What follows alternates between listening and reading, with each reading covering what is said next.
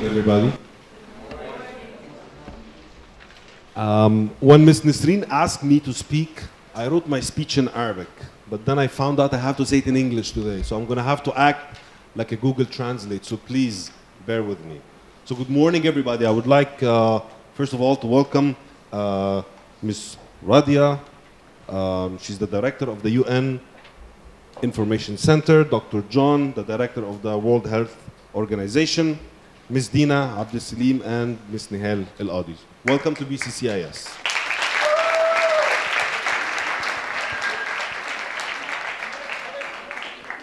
I won't take much of your time with a boring speech, but I would just like to say some of the work that BCCIS have been or has been doing for the past years when it comes to the UN and sustainability projects. So we as an institution, as an educational institution, we aim to build a generation aware of the issues inside Egypt to find innovative solutions to the problems that occupy the local and the global arenas.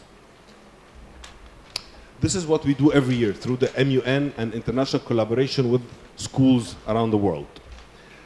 This year we are very glad, we are very happy to announce participation of the grade 11 students in the first International Student Conference in the world. It's next month in November in England.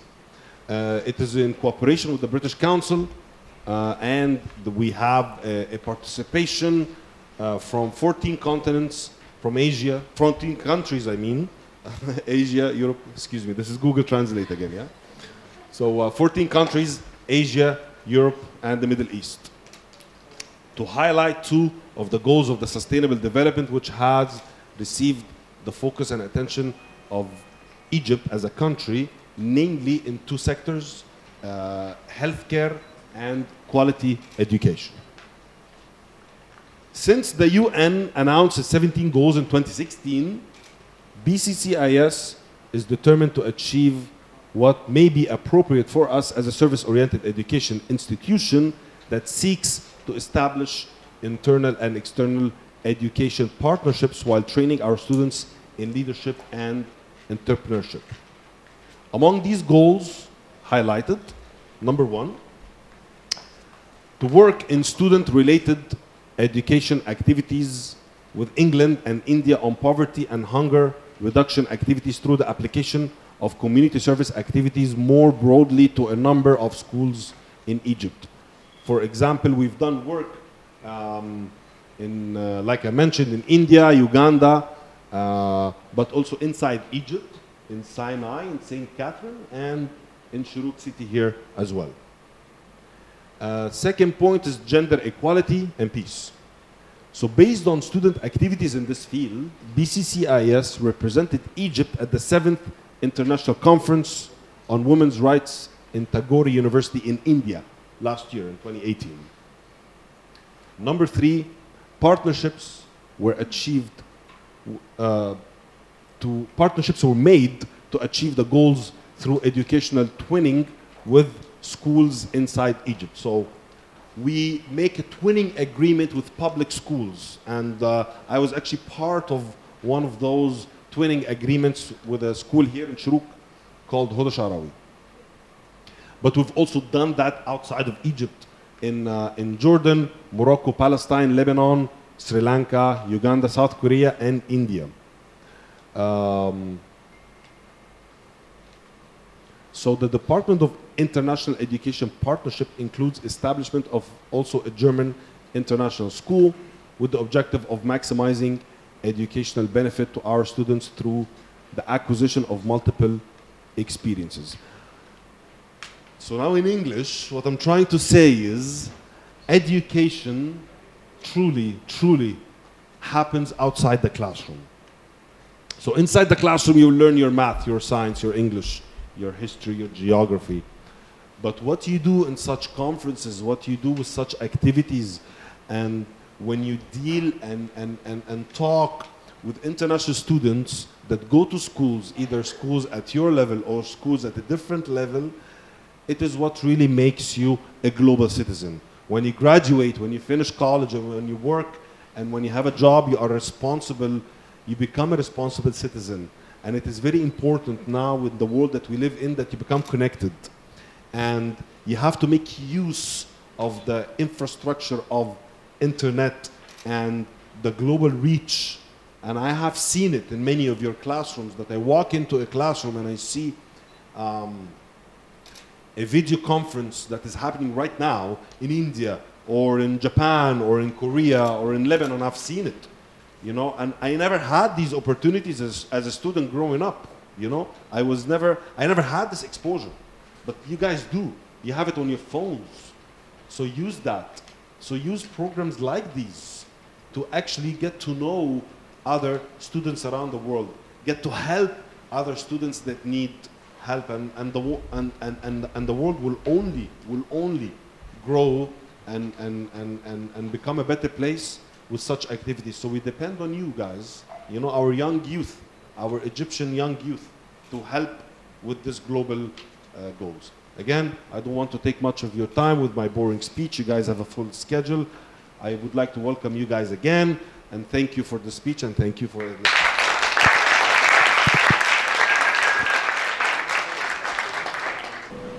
We can be. We must be. The proud generations and extreme poverty. The generation Most determined to fight injustice and inequalities. The generation that saves the planet from climate change. And this is how it will get done. The global goals a 15-year plan for everyone, everywhere. with no one left behind. We live in a world where nobody Anywhere lives in extreme poverty. Where no one goes hungry. Where no one wakes in the morning asking if there will be food today. We will live in a world Where no child is dying. diseases we know how to cure, and where proper health care Is a lifelong right for us all. We will live in a world where everyone goes to school, and education gives us the knowledge And skills for fulfilling life. We will live in a world where all girls and all women have equal opportunities to thrive. And be powerful and safe. We cannot succeed if our lives are perfect. We will live in a world where all people can get clean water and proper toilets at home, At school and at work. We will live in a world where there's sustainable energy for everyone. heat, light, and power for the whole planet. Without destroying the planet. We will live in a world where economies prosper and new wealth Lead citizens, for everyone. and we will live in a world where our industry, Our infrastructure and our Best innovations Are not just used to make money, but to make all our lives better. we live in a world where prejudices and extremes of equality are defeated. Inside our countries and the extremely different countries. Where people live in cities and communities that are safe, progressive, support everyone who lives there. where we replace What we can see, climate where we put back what we take out of the earth. We live in a world that is decisively rolling back from climate change. where we restore and protect the life in our oceans and seas. Where we restore and protect life on land, Forests, animals, the earth itself. with peace between and inside countries. Where all governments are open And answer to us for what they do at home and abroad. and the justice rules. With everyone equal before the law. Where all countries, we the people, Work together. partnerships of all kinds, to make these global goals a reality. These are the United Nations global goals. For sustainable development. Let's get to work.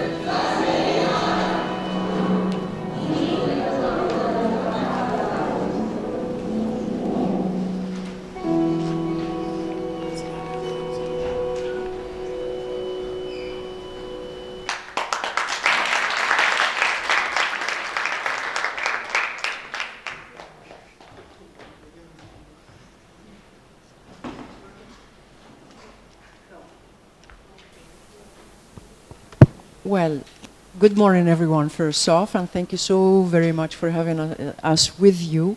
And I do thank this very distinguished education institution for caring about sustainable development, and more importantly, to get the most important focus of this agenda, youth, that is you, because this agenda is mostly about you. It was drawn for you, about you, with you. Because one of the things that most people do not know about this agenda, that this agenda was not the making of the old guys and gals sitting in a dark room somewhere in the United Nations corridors to come up with what we call this roadmap for a better present and definitely a more secure, dignifying future for all. Actually, one of the most important aspects of this agenda is that it was the first most consultative, driven outcome document that the international community came up with, because civil society, youth in particular, women included and young girls included, were consulted about this agenda. Why this agenda? This agenda, well, it's an agenda that came after lots of experimenting, let's say, with solutions provided for humanity to ensure that humans everywhere are taken care of, and in a good way, and not only in the immediate present, but for the unforeseen future. We made mistakes, lots of them. We made choices. We thought at the time they were good. Some of you, maybe you have it in your curriculum, when you read about history, you would see that at some point everybody told us that industry is the way to go. Well, we did, and that came with lots of a huge price and a bill. You will learn a lot about that bill when you get a little bit more in depth in your studies of what is development and what is sustainable development. Well, we realized that although industry is a good thing, but then again, we did lots of damage, lots of hurt, actually, even to humans, to this planet. We even created circumstances that led to conflicts, even in certain situations where people were fighting for resources, for all sorts of things that they thought were necessary for a better life. Well, then, I mean, we recalibrated. We said, well, maybe we should look at things a little bit differently, and instead of trying to build a better life for everybody in an isolated kind of way, only in countries, within countries, and each country does what it feels it should do, and so on and so forth, we thought, no, maybe we should recalibrate. We should look at what are the ailments of this planet and its people, and how best can we service it. And then we came up with this very ambitious agenda. Ambitious, yes, but really realistic if you look at it. And it's very achievable should we have the will to do it. And the sustainable development is, as you heard it, there are some keywords. I don't know what you kept, what you will keep in your memories. From this video that you saw, there are key words. It's about leaving no one behind. It's about people. It's about planet. It's about the right of everyone to having the prosperity that can make their lives and the future generations' lives dignified, and where people can enjoy all the rights that they're entitled to, from political to economic to social, and name it, these rights to which everybody is entitled to. If you look at every symbol of the Sustainable Development Agenda, you will see that we have one symbol actually that is absent here. You see that wheel that symbolizes the goals, that is after the G, right? And it is done for a reason. Why? Simply because these 17 goals that cover from education to health to gender to habitat to resources to planet with every aspect, life below water, above water, inland, justice, name it. I mean, the details of the sustainable development, goal by goal, I think you heard them, and I'm sure that you have access to information about those goals one by one. The idea was, and has been, and will continue, that these goals, they are complementary. One complements the other. You cannot have prosperity, for instance, or equal access to economic opportunities if you do not capitalize or work on the human development or human capital factor. The human capital, and this is actually where the choice of the focus of the two goals is very important today, are essentially how do you build your human capital? By investing in education and by investing in health. And although these two goals are complementary in many ways, and my colleagues will show and demonstrate why they are complementary, but we cannot do any of this and we cannot achieve any of that if we leave girls and women behind, because it's very important to cater for them. We cannot do any of these or achieve any of these goals if we leave the most vulnerable behind, because the focus of this agenda is to cater for those who were forgotten, marginalized, victims of any circumstances that go way beyond their control. It's about, bottom line, it's about every human being everywhere in this planet, wherever they belong, whatever walk of life they come from, and it is about them, it's about you. And the idea is that to achieve those goals, we have to look at them, as I said, in a way where every goal feeds in the other and vice versa, but in a way where solidarity is key. Solidarity within countries, solidarity between countries, because no country can achieve any of these goals alone. No one. No one can fight climate change alone. No one can handle the issue of migration and these huge waves of human displacements that are generated by many factors, conflict, climate issues, including desertification and so on and so forth. No one can handle that alone. Security threats cannot be handled alone by any country, including, for instance, the threat of terrorism. So we have to have solidarity. We have to work together. Developed countries who mastered, for instance, certain technologies that we have not mastered as developing countries, they have to show solidarity, not only in financing, but through providing the skills or at least the know-how and help these countries to cater to the most vulnerable within the confines of their territories. Because, like it or not, for instance, you Egyptians, I mean, your future depends a lot on the kind of future that your neighboring countries will have. Egypt will be impacted by the situation in Libya.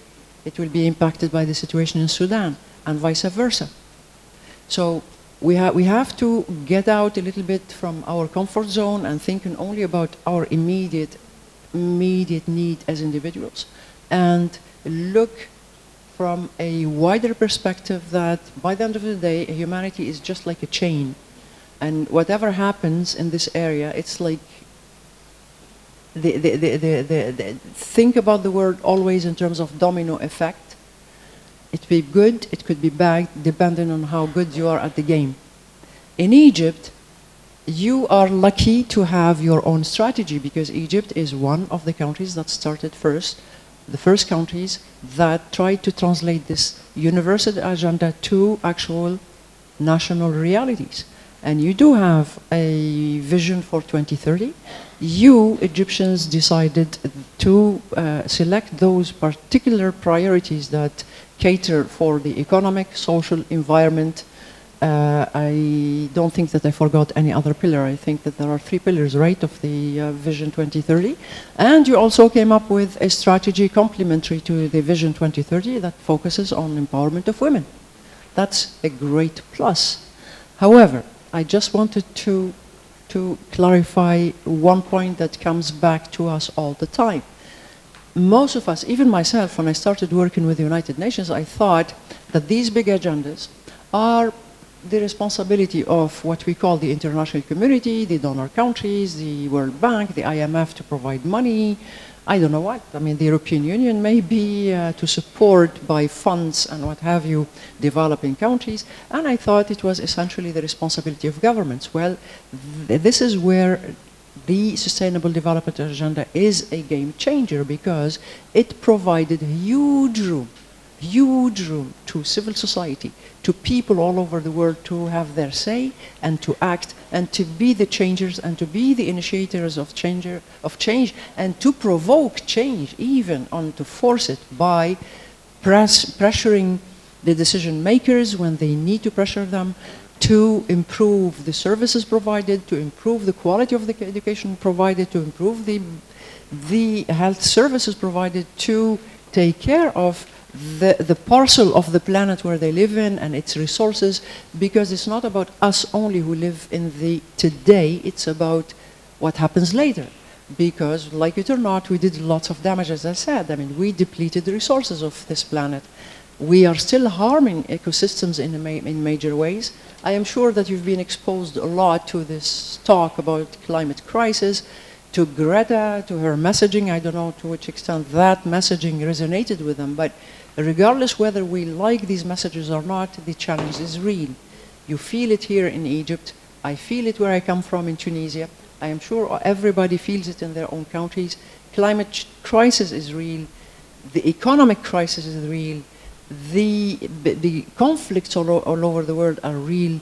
Who thought, like if you ask me, I'm a little bit older than you are, all of you, if you asked me like 15 years ago if North Africa would look like what it looks like today, I would not have said it would be possible. I did not expect it. I did not expect the Arab Spring. I did not expect the war in Libya. I did not expect any of these things happening. I did not expect that Yemen goes the way it's going, or Syria, or all the things that you hear about in the news. I did not expect that suddenly summer will be a 7 months deal. I did not expect that I will be buying a humidifier, air purifier, and I don't know what, to spend all that kind of money to have the possibility to breathe normally. But these things are real and they are getting more and more difficult. The more we do not act, the more these issues are going to be there, and the more maybe the prospects for you and your children, because you will have children at some point, is going to be a little bit difficult. But the opportunity is there. Why? Simply because you as a generation have a huge window of opportunity.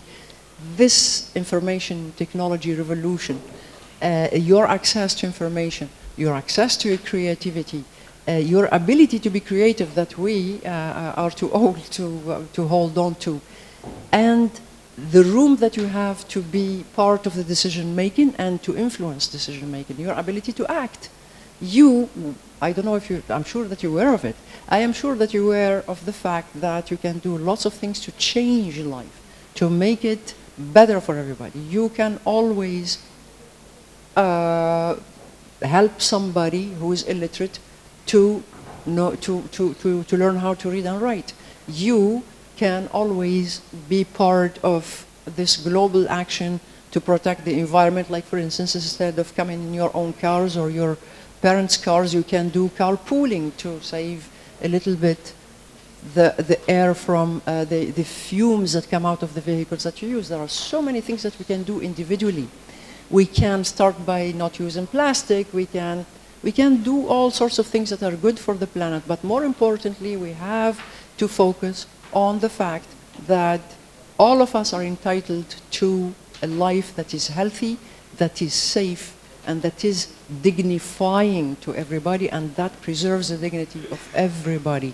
And more importantly, when we get upset about things that, say, for instance, why can't I don't know, travel this year, let's remember that there are people who cannot even afford, and I'm sure, I don't know if you picked the word toilet here, but please do remember that there are tens, if not hundreds of millions around this planet, including possibly in Egypt, who do not have access to toilet. I mean, this is the reality of the planet, and all of us have a role to play, and we can, and you can. And you, youth, more than anything else, you have demonstrated throughout the planet, in Egypt included, that you can change things. One of the best things that I experienced in this country has been to work with youth such yourselves on ideas that you developed to protect the environment, to protect the biodiversity, to cater for the people in Egypt with special needs. I am very happy to see one of your colleagues here, and I really appreciate the fact that this institution recognizes that people with special abilities, I would not say disabilities, but special abilities, are recognized as full-fledged citizens of this country, and they can contribute, and they probably would contribute more than I did.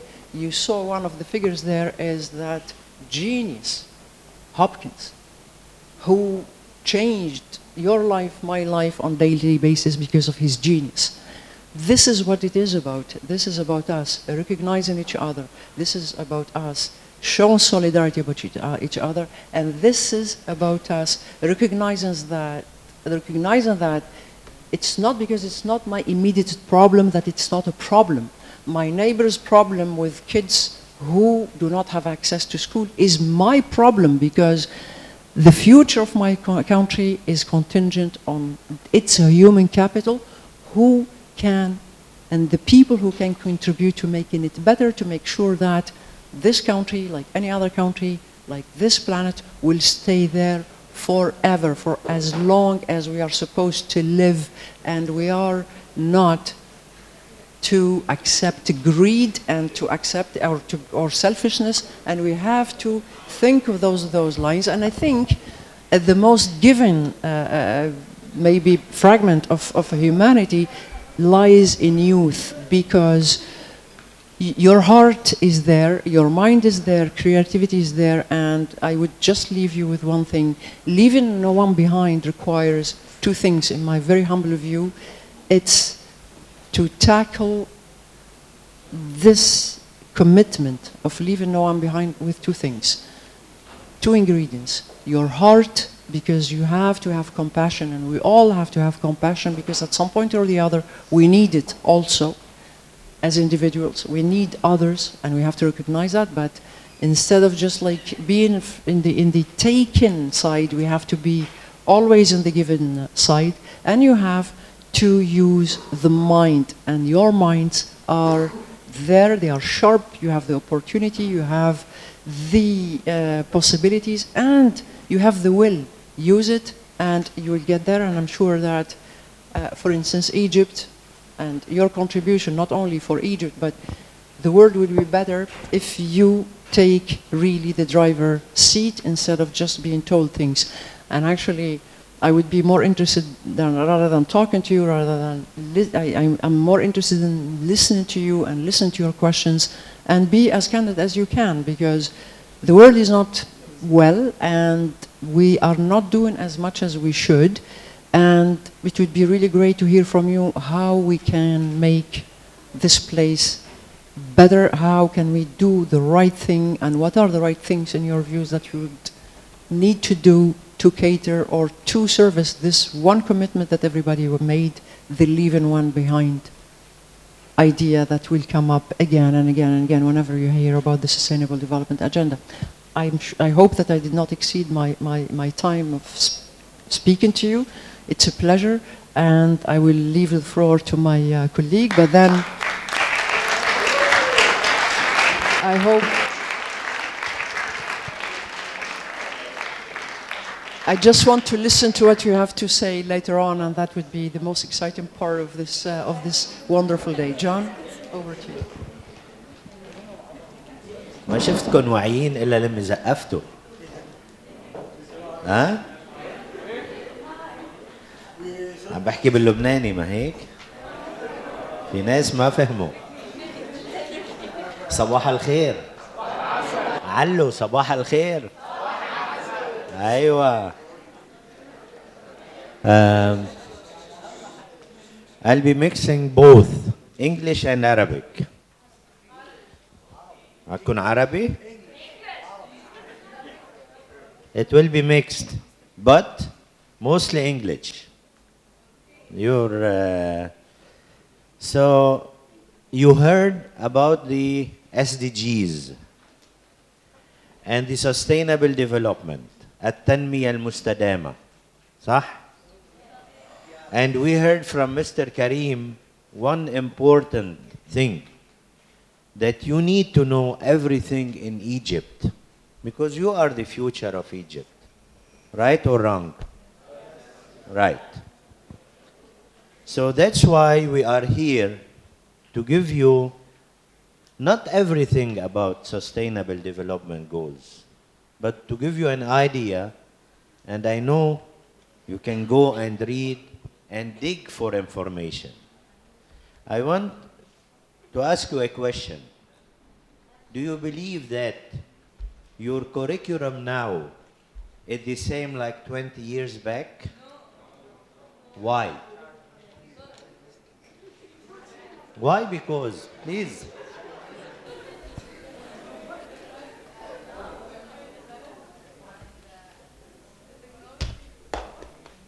Yeah. We're more developed. The technology is there. We know more. And we have like more stuff to study and more choices to help us study. Right. And you can, the most important thing that you can integrate together and you can know from each other. Right or wrong? We can know from each other. So I'm going to speak about the third SDG, ثالث SDG, about good health and well-being. And you heard a lot these times in Egypt what is happening about good health. Just to let you know that this is a lady that this is an Egyptian lady. She was living with viral hepatitis C. Viral hepatitis C. مين مش سامع بفيروس سي بمصر؟ مش سامع بفيروس سي؟ سامعين. وفيروس سي مشكلة أساسية في مصر. This lady, she was infected by virus C, screened by the government, and treated by the government. And you will see, وكلنا سمعنا عن مبادرة فخامة الرئيس 100 مليون صحة. كلنا سمعنا عنها ولا لا؟ وانتوا كنتوا جزء من المسح ولا لا؟ أيوة بنبرة عالية كمان. So what I'm going to tell you now,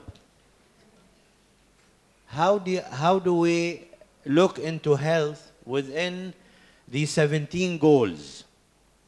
And how do we implement health outside in order to reach our targets? And the third part, where are we in Egypt?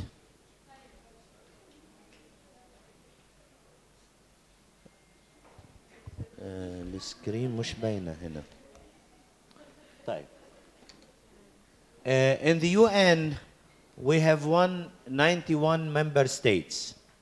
In WHO, World Health Organization, we have 194 because there are some territories that are not member states. في مثل occupied Palestine territory is not a member state. ما هيك؟ في عنا 3. That's why in WHO we are 194, in UN we are 191. 193 in UN. Okay. So more to come. Good. And we have 17 goals and we have 169 targets. Targets under these goals, أهداف, to reach by 2030.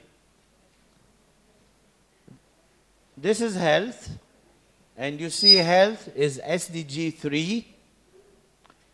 And if we see health is not only Sustainable Development Goal 3, it's integrated with other goals. يعني we see health in ending poverty. صح? We see health in education. صح ولا لا? And we can experience very well the health in education. We can see health in ending hunger and achieve food security. We have in WHO a program about سلامة الغذاء, food safety. This is we apply it for more and better food security. في حاجة في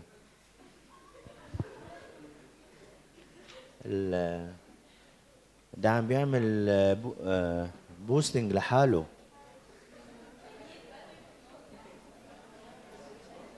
Maybe we need to restart.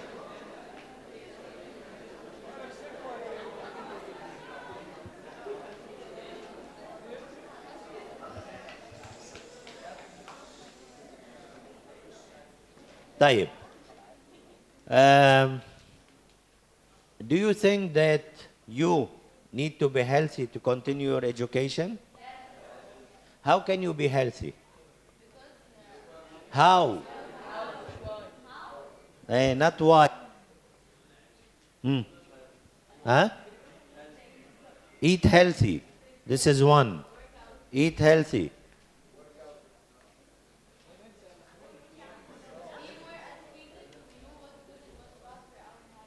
Please, علوا صوتكم.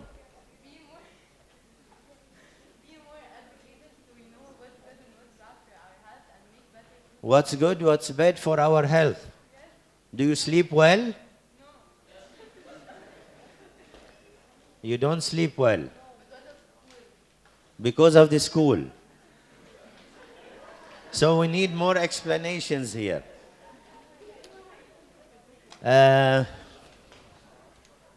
هيشتغل؟ طيب let me continue أنا وبعدين we will take it. No problem. لا هلا I need it. هيدي أفضل. طيب.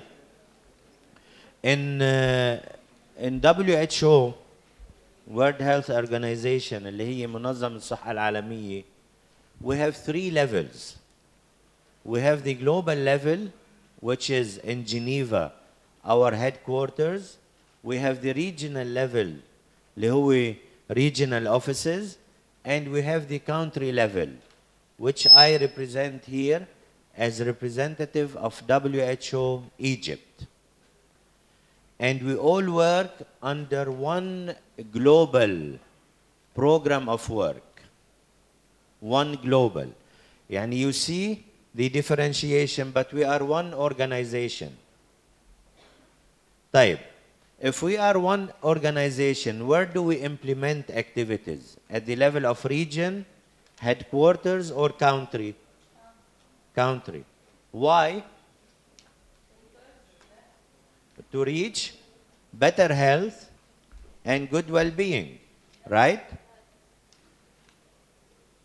لسه ما ظبطت ها؟ طيب.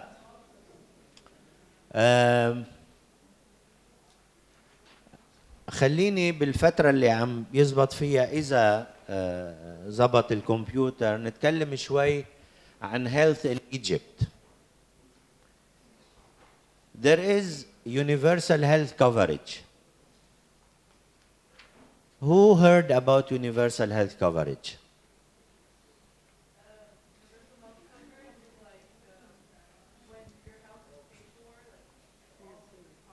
When our health is paid for, yeah? For what?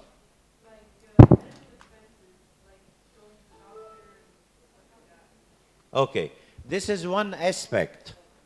Can we all in our communities get access to medical care? No. Why? Huh? Yes, because we have some poverty issues. Right? So the government should give access to all individuals equally. When we reach this, this means we are reaching universal health coverage. We need to have good medical facilities. We need to have health insurance system. Did you hear about the health insurance system in Egypt? Yes, who said yes? Who knows? Where did it start?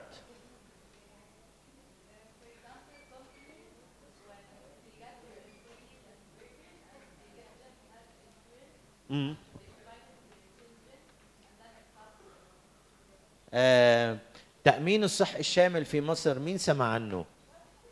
ولا حد؟ ها؟ يعني هقول لكم حاجة هقولها بالعربي. انتوا طبعا انتوا في differences بالطبقات، اختلاف ب seeking الخدمات الطبية بأي بلد اللي كان. يمكن انتوا بتروحوا على البرايفت سيكتور، صح؟ على القطاع الخاص، صحيح؟ ولكن في عنا قسم كبير من العالم مش قادرين لا يروحوا على البرايفت سيكتور ولا قادرين يدفعوا من جيبهم علشان العلاج، صح ولا لا؟ So accordingly مين لازم يغطيهم؟ تيقدروا يغطون الحكومة لازم يكون عندها شو؟ نظام تأمين. مين سمع عن نظام التأمين الصحي الشامل اللي ابتدأ ببورسعيد؟ ها؟ حضرتك قل لي عنه.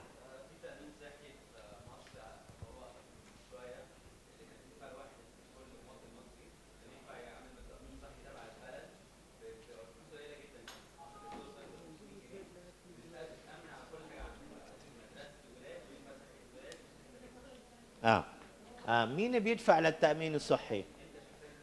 أنت شخصيا بتدفع، لأنه ده النظام اللي عم بيتحول. نحن قلنا إنه منهجكم دلوقتي مش مثل 20 سنة لقبل، وكمان التطورات على مستوى الحكومة وعلى مستوى الصحة مش نفسها بالنمو السكاني اللي عندنا نحن في مصر، صح ولا لا؟ لازم يلاقوا بديل. البديل هو أنه يكون في نظام تأمين. مين عم يدفع؟ عم تدفع الشركات، عم بيدفع المواطن، والعائلة هي الأساس، الأسرة هي الأساس. لكن في ناس مش قادرين يدفعوا ولا منتميين لشغل، لازم الحكومة تغطيهم، الحكومة بتدفع عنهم 100%. نحن هنا وقت الإنسان، كل إنسان فقير أو طبقة وسطى أو غني بيحصلوا على العلاج وعلى الخدمات الطبية بنوعية جيدة، أوكي؟ يعني good quality، بتساوي، صح؟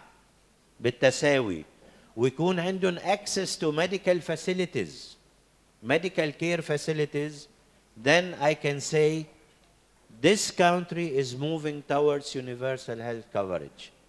And this is what is happening in Egypt now. They start in Port Said, and now they are moving to other 5 governorates. محافظات القناة plus أقصر وأسوان. It will be implemented, this system, in 15 years period. And this is, as WHO, we are documenting this, and we are saying that now is Egypt on the right track towards universal health coverage. Yes, please.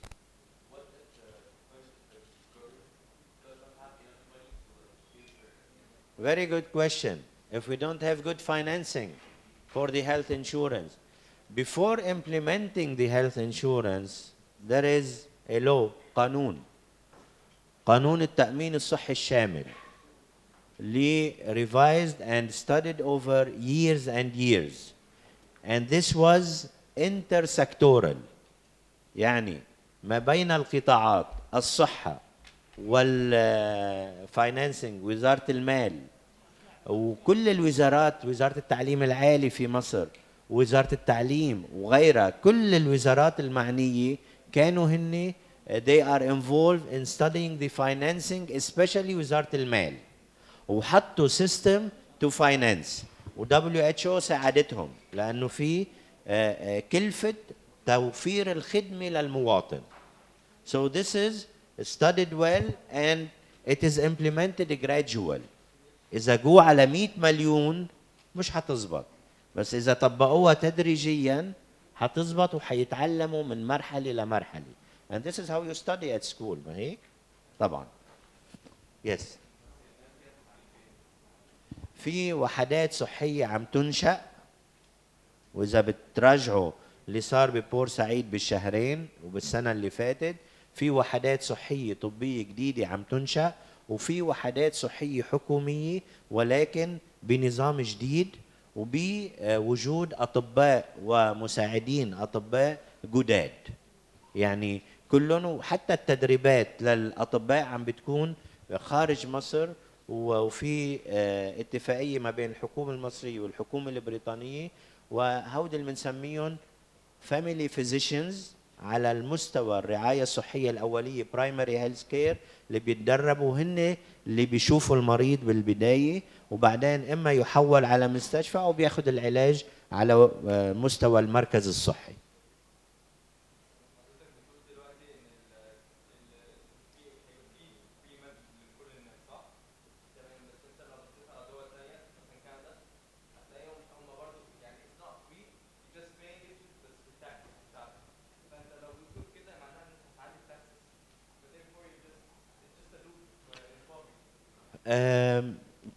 كل سيستم بيختلف من بلد لبلد.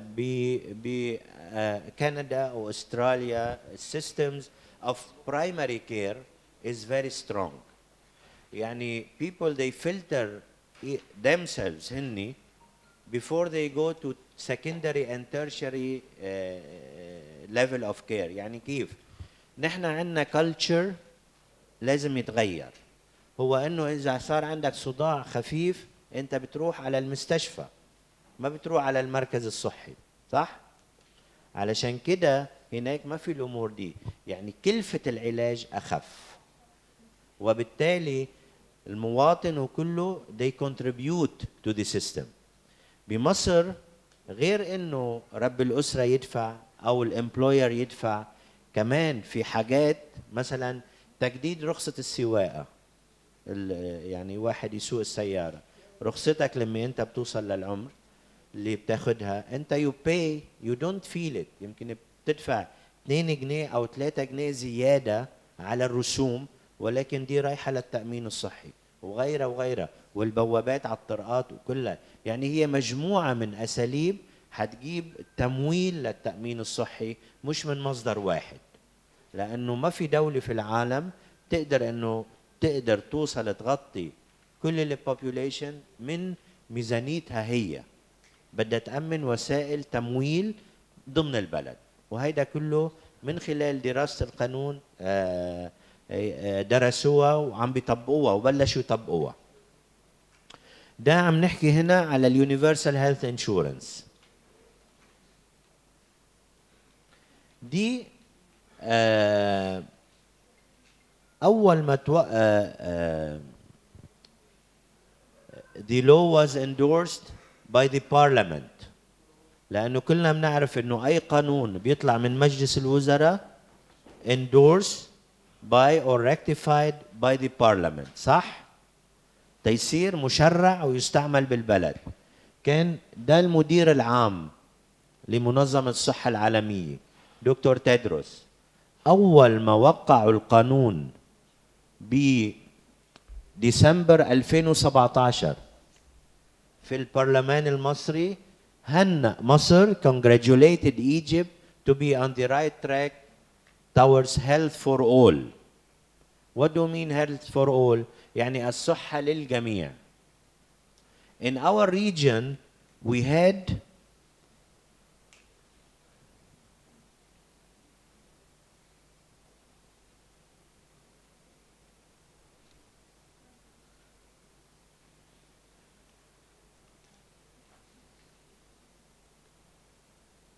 this one. We have a regional vision because each region differs from we have 6 regions in WHO. We are in Eastern Mediterranean Regional Office. Our vision, health for all by all. A question here, what do we mean by all? Huh? This is at the level of country, but what about others also? Do you believe in partnership? Madam Radia كمان قالتها ان احنا we have to work all together to achieve the goals.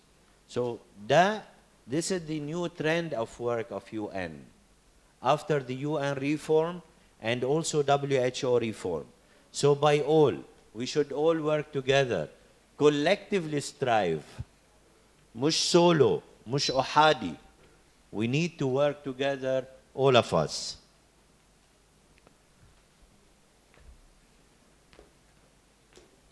This is the pyramids. أكيد بتعرفوه ها؟ أهرامات في مصر. مش هقول صح لأنه لازم أنتوا تقولوا صح. صح ولا لا؟ برافو. عايز صوت أعلى. صح. برافو. لون البيراميد إيه؟ لون البيراميد شو؟ أورنج. أصفر على أورنج. تعرفوا بأي أوكيجن هيدا كنا فيه بالبيراميدز؟ هيدا patient safety day. patient safety day. تعرفوا إنه كل موضوع has a value. patient safety أمان المريض. What do you mean by أمان المريض؟ يعني لازم يكون عندنا medical facilities, good quality. كل اللي حكيناه على universal health coverage أنا أوصل لsafe and quality medical care to a patient. Patient safety, it's a system. And that's why هو in orange. And this is one of the global days we call World Patient Safety Day. مثل ما عندنا World AIDS Day, مثل ما عندنا World Health Day, and of course other subjects, they have lot of global days. دي اللي مس راديا كانت عم تتكلم عنها اللي هي Sustainable Development Strategy الاستراتيجية التنمية المستدامة لمصر 2030. ولاحظوا كيف connected ل 17 goals. مصر كانت من أوائل الدول اللي وضعت استراتيجية تنمية مستدامة وربطتها بالsustainable development goals. وإذا بنشوف واحدة منها فيروس سي، وفيروس سي نحن عم نوصل للإليمينيشن من خلال ال 100 مليون صحة. دلوقتي مصر before 2023 will eliminate virus C for the first time after more than 30 years. يعني I can say excellent question. But tell me the answer. Tell me the answer. This is, by the way, this is what I do with my staff. Tell me the answer. Who should? Everyone. Individual only? طيب أنا هقول لكم مثل بسيط جدا. هلا جايين بالسيارة لعندكم نحن 3 راكبين على شو بتقولوا ولا فيسبا ولا شو دي الموتورسايكل 3 راكبين عليها. واحد عم بيشرب بيبسي خلصت الكان رماها على الأرض. لازم كل واحد يكون عليه شرطي بالبلد علشان يعرف انه this is not right. مين اللي لازم يساعد الدولة؟ انتو. وانا دايما بمحاضراتي بقولها it's not the responsibility of the government only. It's the government, communities, partners, international communities, all these NGOs ما ننسى civil societies اللي هني they should play a big role in implementing the sustainable development goals. مش نايم.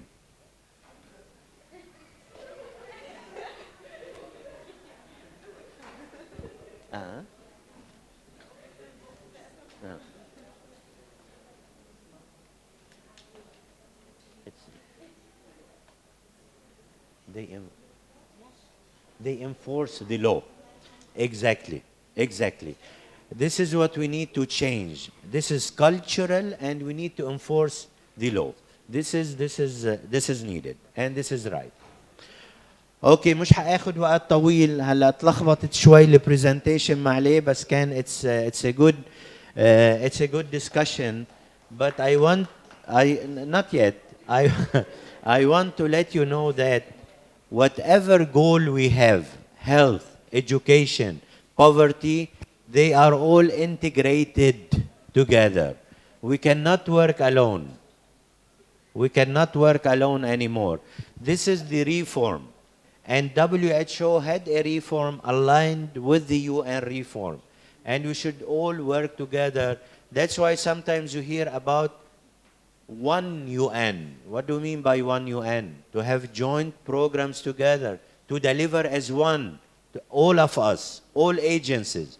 Egypt, one of the countries, had the highest number of agencies, like 26 agencies. 26 agencies of UN, of international bodies, you have in Egypt. We should make use, all of us, work together for the benefit of Egypt. One thing I want to say, you have initiatives.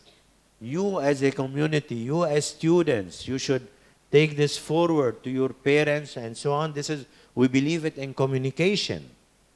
When we started the anti-tobacco campaigns in the world, it was through school students, reaching the messages to the parents.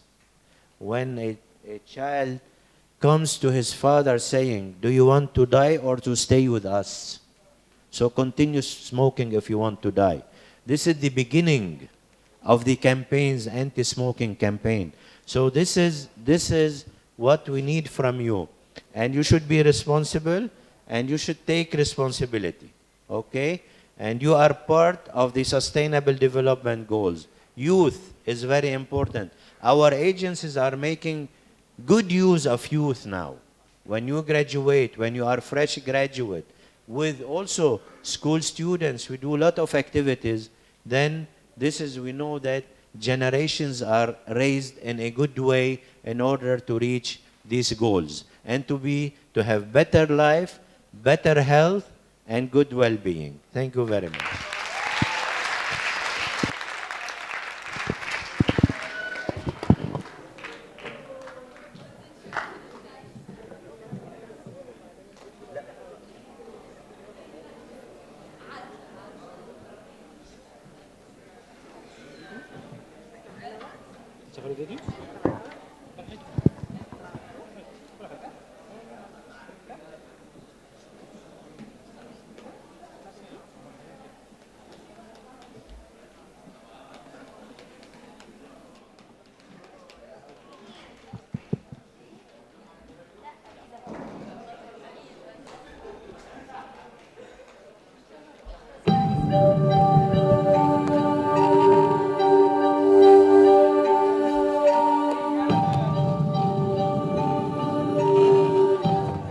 It is a silent killer.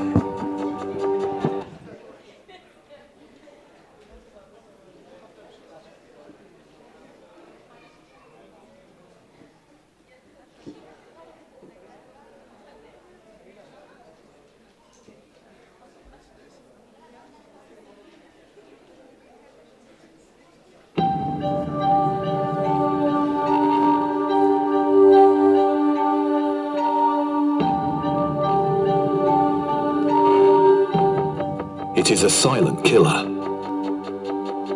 Those infected show almost no symptoms at first. Most who have it don't even know they have it until it's too late.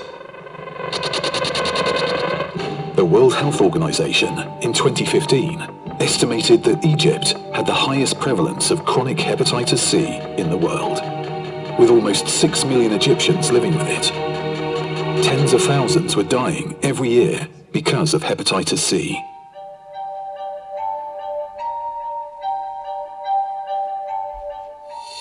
Thanks, however, to a cooperative effort between the Egyptian Ministry of Health and the World Health Organization, there is good news. Millions of people have been treated and even cured as a result of an aggressive program of outreach, education, testing and treatment conducted across the nation.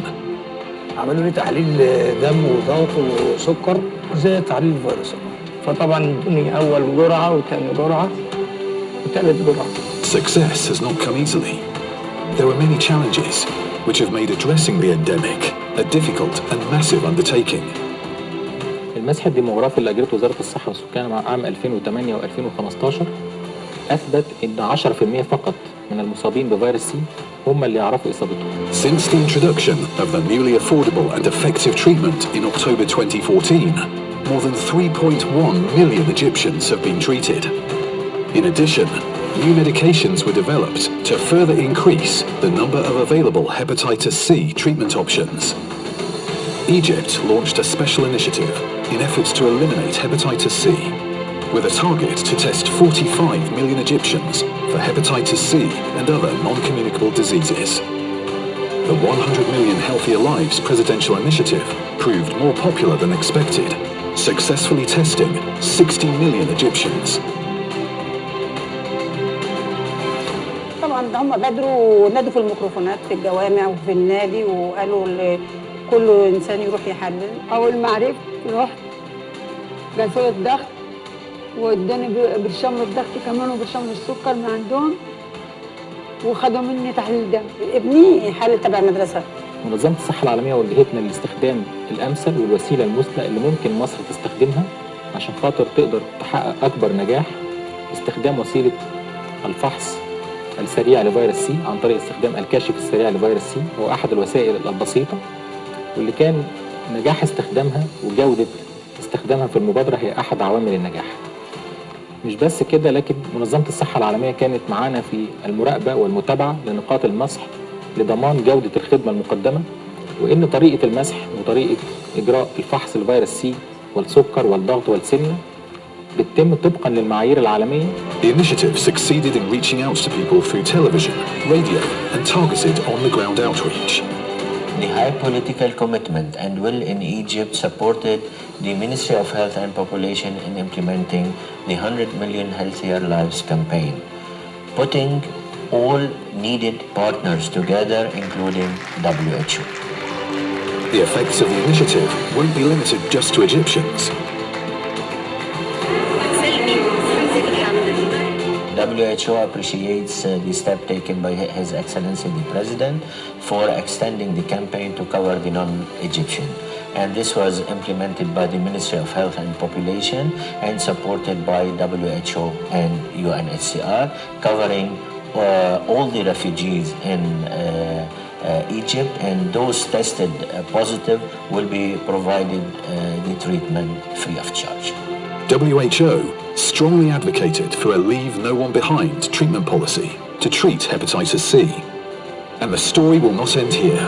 To fully eliminate hepatitis C in Egypt, further steps are being taken. Egyptian authorities have implemented a national policy on injection safety. WHO offered their support by establishing 11 centers of excellence for injection safety. WHO extended its support to the government of Egypt by building capacities for the pre-qualification process. And this pre-qualification process included pre-qualification for production of the medicine for hepatitis C locally and for safety engineered devices. Now the Ministry of Health and WHO are working together to establish 12 acute hepatitis surveillance sites to monitor progress towards the elimination of hepatitis C in Egypt. In addition, WHO Egypt, with the Ministry of Higher Education, are developing a curriculum for educating new graduates from medical, nursing and science faculties for teaching preventative measures and medical protocols to prevent the spread of hepatitis C. يرجع نجاح قصة فيروس سي ومكافحتها في مصر لثلاث أسباب رئيسية. أولاً، معرفة مصر بواقع الإصابات عن طريق المسح الديموغرافي اللي أجرى سنة 2008 والمسح الديموغرافي اللي أجرى سنة 2015، واللي حدد لنا بشكل جيد وشكل علمي ودقيق معدلات الإصابة في مصر وكل محافظة. السبب الثاني، توافر القوى البشرية ووسائل التشخيص والعلاج اللي في دول كتيرة قوي بتعاني إنها مش موجودة عندها أو في ضعف في توفيرها. والسبب الثالث هو نجاح توفير العقاقير المثائل المصرية لأدوية فيروس سي بسعر لا يتوفر لكثير من دول العالم. الثلاث أسباب دول هم اللي أدوا لنجاح التجربة المصرية في علاج فيروس سي، واللي خلاها موديل العالم كله بيتطلع إن هو ينفذ زيه. In a move to combat hepatitis, the Ministry of Health, with the support of WHO, will expand its treatment and prevention programs into 14 African nations. The programme intends to bring testing and treatment to more than 1 million Africans in these countries. Thanks to the combined efforts of the Ministry of Health and WHO, Egypt may finally reach the elimination of hepatitis C by the year 2023. A far better outcome than we ever imagined.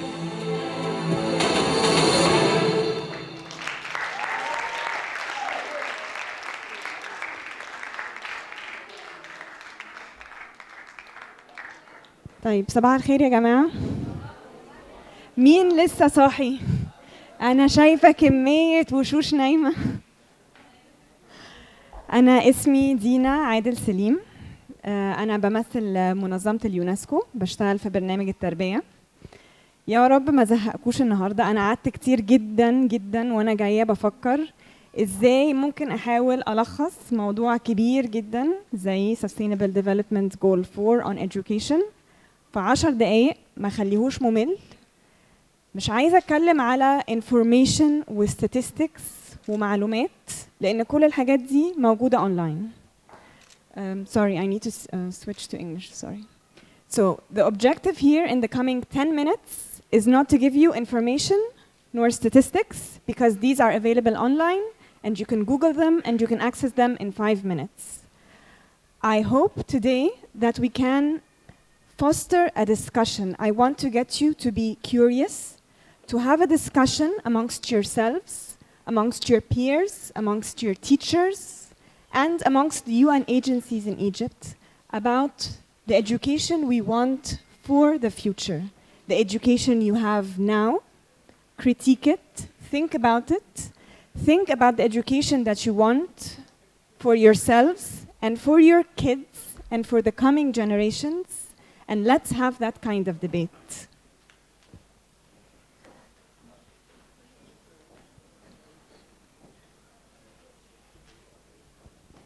So yalla, please keep up with me because I might quiz you in the middle. So we've talked about this. We've talked about the 2030 agenda, the 17 development goals.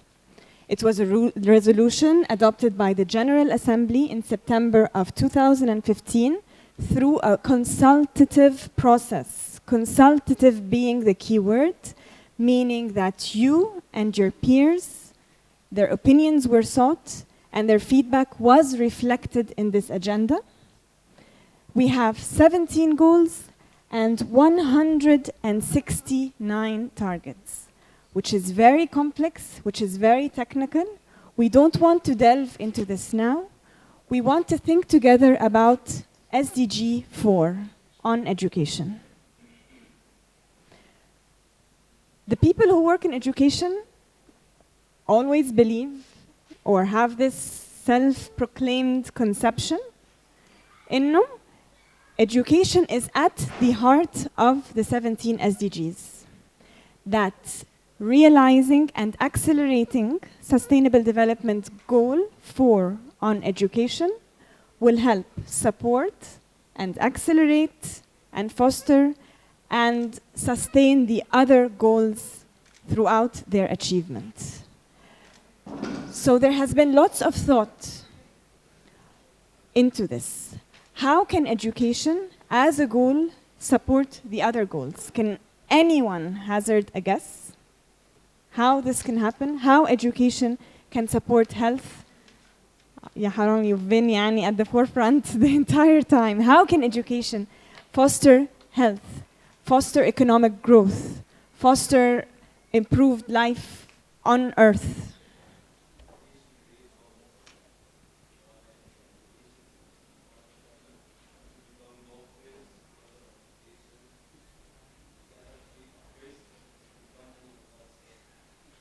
Exactly. It is the base, exactly. We like to refer to education as the heart of the SDGs.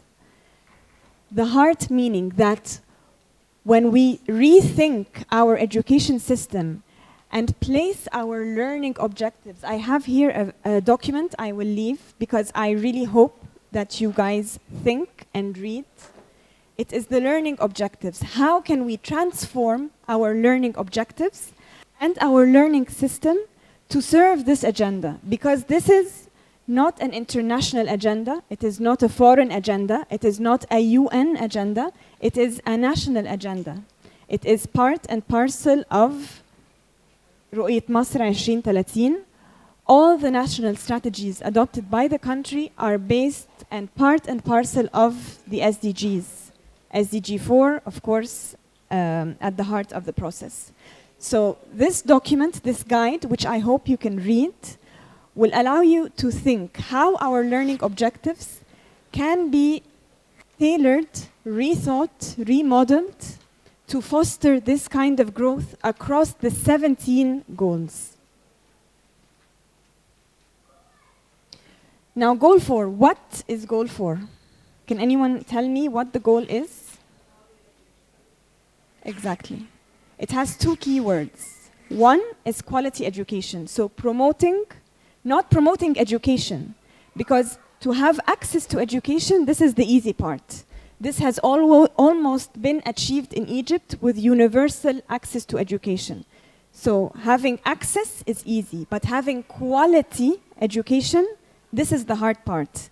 And this is at the heart of the goal. So the first keyword is quality, promoting quality education. The second keyword, can anyone guess? Even by reading the goal itself. It is to ensure inclusive and quality education. This is number 1. Number 2 is promote lifelong learning. What do you think lifelong learning is? Development, exactly. Exactly as Karim said at the beginning, in the intro, when he said that learning is not confined to the classroom. Learning, of course, happens in the classroom, but the real learning happens beyond the classroom, beyond school, beyond university. It happens in life, in the world of work, whether you are 30 or 40 or 50 or 60 years old. Lifelong learning is at the essence of the agenda and the goal and our work. Lifelong learning means that learning does not end with a university certificate. It may be just the beginning. And this is what the goal is really about. Quality education and lifelong learning opportunities for all. This is very important when we reflect both on the international level and on the national level. Because you will see, we've had a challenge with access. This was maybe overcome in Egypt to a very, very reasonable extent, but it was still not overcome in other countries where access is still an issue. Not all boys and girls of school age have a place inside the school. And once they do, once we have achieved access, there is the issue of quality. Those who are enrolled in school sometimes do not have the minimum proficiency levels in reading or mathematics. So they go to school, but they are not learning well. They are not learning well enough to catch up with their peers, with international standards, and with all the lifelong learning opportunities that await them.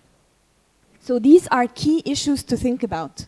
Access and quality. And of course, there are all types of other issues related to education, such as those who still remain illiterate, those who fall off the grid despite all efforts, and they become illiterate. In Egypt, as well as worldwide, we are struggling with millions of illiterates. In Egypt, we have an illiteracy rate of about 25%.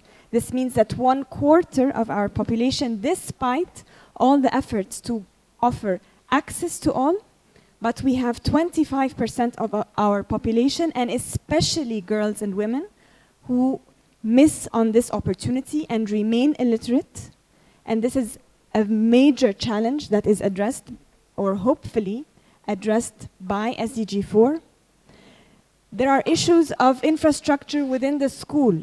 Many schools do not have basic sanitation services, do not have computers, do not have internet, which is now cannot be considered a luxury. They are a necessity. So all these are issues that need to be discussed and thought of well when we are talking about quality education. What happened when the agenda was developed was that as my colleagues have said, it was a consultation at the international level among leaders, among countries, among member states. But it was also a consultation with the civil society and with youth and NGOs. And for education, for Goal 4, all of these groups had a very important milestone meeting in Incheon in South Korea, where the Incheon Declaration was formulated, which is a roadmap or a vision for how the world can realize SDG 4. But most importantly, again, this is not an international agenda. The Incheon Declaration, the roadmap for SDG 4 on the international level, was derived from national roadmaps and national commitments. So when Egypt signed off on the Incheon Declaration, this became a commitment that is part of Egypt Vision 2030. It is now part of the UN role, it is part of the government's role, and it is part of your role, and we will get to that. So, without diving into the technicalities of the targets, just to let you know that SDG 4 covers all aspects of education, from early childhood until the transformation to the labor market, going through all life learning opportunities and beyond.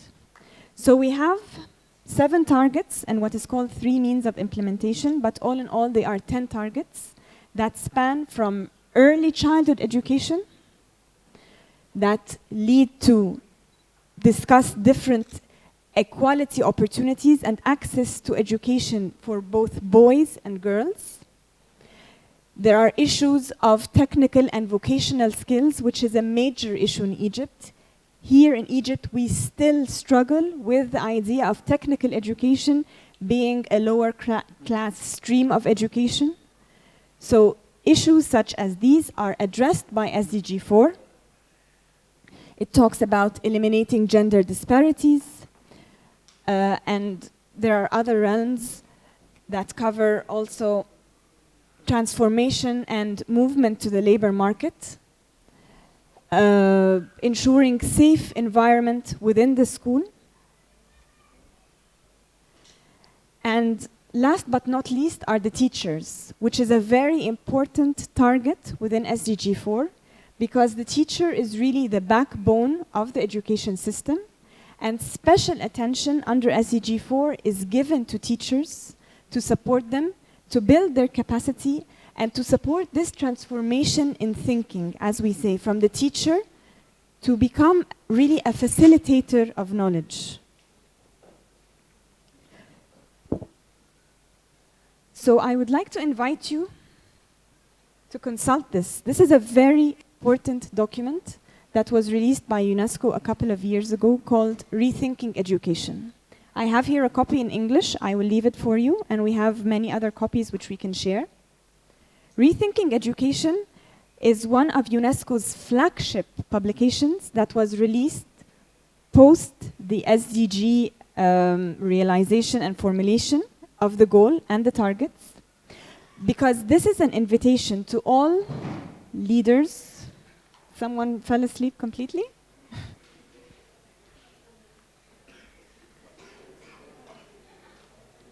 Rethinking Education, I sincerely hope that you read it. It's not long, it is very, very interesting, and it is a platform for all leaders, educators, students, youth, to rethink the kind of education that they want for themselves and for coming generations. Because what we are trying to promote through the UN agenda and the Sustainable Development Goals is that they all work hand in hand for transformation. We want education to be a transformative tool. The education I received, I'm 37, cannot be the education that you are receiving today.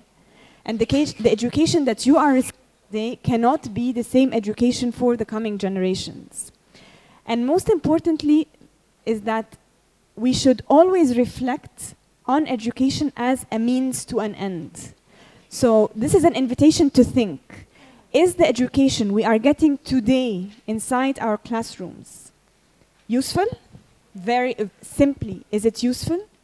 Does it help us? Does it help us in our transformation and movement to the world of work?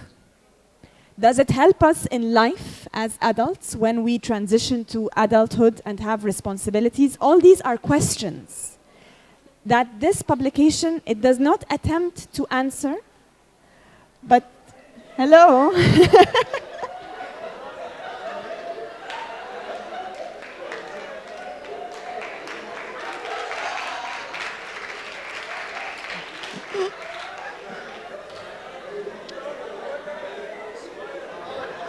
So some party crashers. This is education, exactly.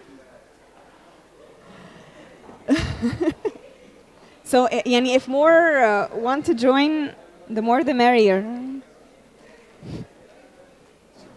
So I invite you to read this and think what kind of education you want and how education can really be transformational to support life skills and lifelong learning, because this is what we really care about and what we believe education should be. Education should not be about learning for the test, as was the case with my generation and might still be the case with yours. We still are governed by grades and tests and just learning for the tests. But through the Sustainable Development Goals, through SDG 4, we invite all those concerned, from the students to presidents, to think about how education can really be a transformational tool for life and lifelong learning and life skills, because this is what really matters. Just one more slide and I'll take all your questions at the end. One last thing I would like to highlight is an event that happened. I don't know if you've been following the news. There was the UN General Assembly convened 2 weeks ago, and UNESCO launched a new initiative called the Futures of Education. And please notice that it is futures, it is plural, because now SDG 4 and UNESCO and the world are conceiving that education has a future, and it is not only even one future. There are multiple paradigms, multiple futures for education. This is a global initiative that is launched on the presidential level, but that will reach out to the communities and to the grassroots level to really conceptualize together the futures of education that we want for ourselves and for our children, to really support us in this lifelong learning process. So finally, my final note to you, I was thinking, what is the takeaway from this message? We've heard about the Sustainable Development Goals, Goal 3 and Goal 4, but what is this to you? And I believe that this has been fully answered from the introduction by Karim all the way through the discussions with the speakers and your responses. My only takeaway for you would be to engage. One word, engage. And I've already heard very well from Karim what has been happening at BCCIS and how you have engaged with your communities, how you have not stayed in your bubble, how you have moved out from your comfort zone and engaged not only with your local communities, but apparently on the international level. So I really salute you for that. My invitation to you is to engage amongst yourselves, with your peers and your communities, with your colleagues, with other schools, to really realize the vision of the education that we want for future generations, because now the role is really up to you. So you had a question here. I can take your question and any other questions maybe in 5 minutes, and then we wrap up.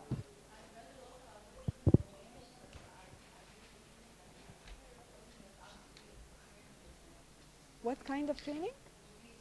Vocational training, yes, of course.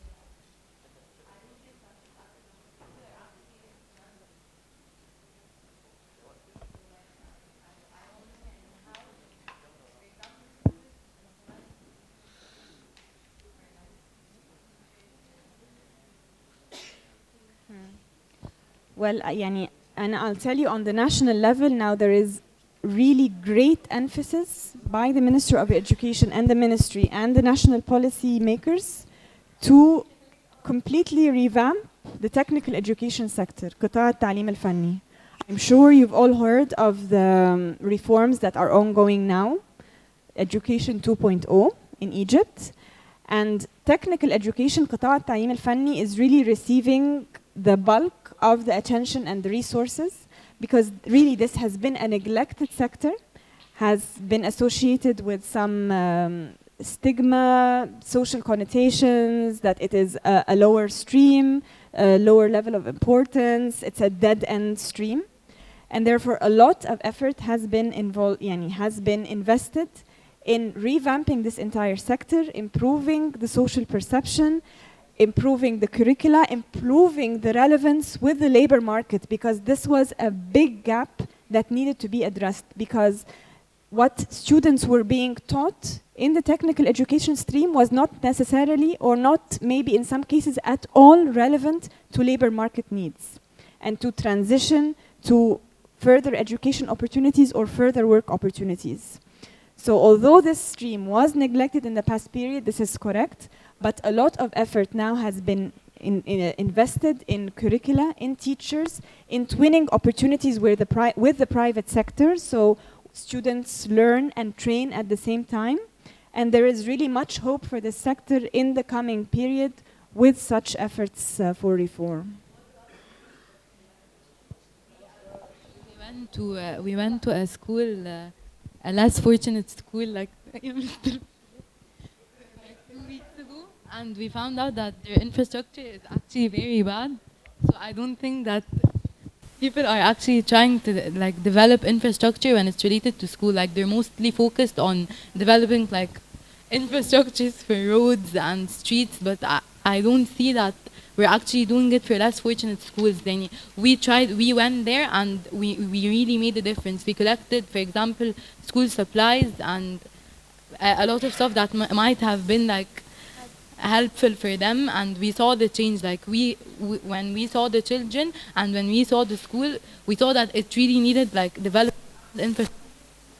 In this case, the schools in Egypt, they're like mostly underdeveloped or need better infrastructure. Like they don't have ACs, they don't have windows, the windows are broken. And we, for example, we're a more developed school, so I think like we should put more like effort in trying to like build better infrastructure and make other schools as fortunate as we are. No, I fully agree. Do you know the saying, how do you eat an elephant? It's bite by bite. So how do you eat an elephant? Bite by bite. It's the same here. In the education system in Egypt, we have 20 million students and 50,000 schools. So can you imagine 20 million students in the system? It's like a country, all on its, what's the population of Tunisia or Lebanon? 11 million and exactly. So imagine a system that is larger in population than some countries. So it is a humongous challenge. And reforms are underway, but they cannot happen overnight. They need extensive resources that might not be available at the governmental level. So they are happening, but they are happening slowly but surely. And again, we need to emphasize that it is not only the responsibility of the government. It is very difficult and very challenging, and therefore it is up to all of us to work together, small steps, bite by bite, to achieve what we're striving for.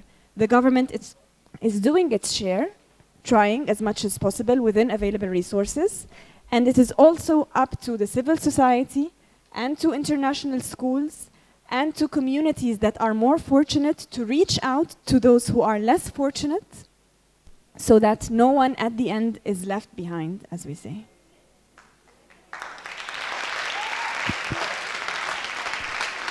Thank you. I have my contacts over here, and I do invite you to reach out, please. This is my email. Please email me. please read and think and discuss, and do get back to us with feedback and comments, and let's continue this discussion further. Before you leave, excuse me, we must say thank you to the United Nations representatives today.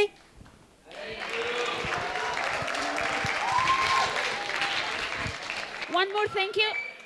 Just a second. One more thank you to Ms. Gina. هي اللي عملت كل الحاجات الحلوة دي. Thank you for our Canadian staff.